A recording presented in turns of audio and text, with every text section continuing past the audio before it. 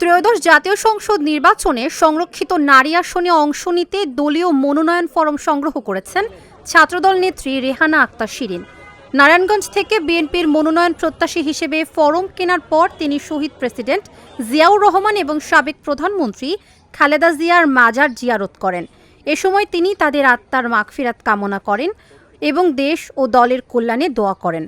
রেহানা আক্তার শিরিন বর্তমানে ইডেন মহিলা কলেজ ছাত্রদলের আহ্বায়ক হিসেবে দায়িত্ব পালন করছেন।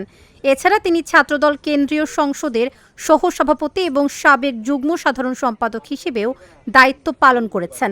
দলীয় সূত্রে জানা গেছে, তৃণমূল পর্যায়ে সক্রিয় ভূমিকা ও দীর্ঘদিনের সাংগঠনিক অভিজ্ঞতার ভিত্তিতে তিনি সংরক্ষিত নারী আসনে বিএনপির মনোনয়ন প্রত্যাশা করছেন।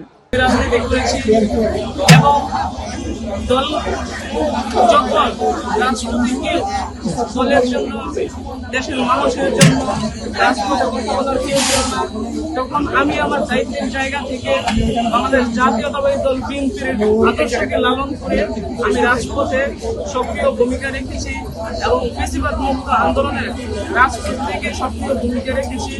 ইনশাআল্লাহ আমি গণপ্রজাতন্ত্রী বাংলাদেশ সরকারের মাননীয় প্রধানমন্ত্রী, আমাদের সাংগঠনিক অভিভাবক বিএনপির চেয়ারম্যান তারেক রহমান রাজপথের কর্মীদেরকে মূল্যায়ন করবে, এটা আমরা আশাবাদী। ইনশাআল্লাহ ভালোই হবে।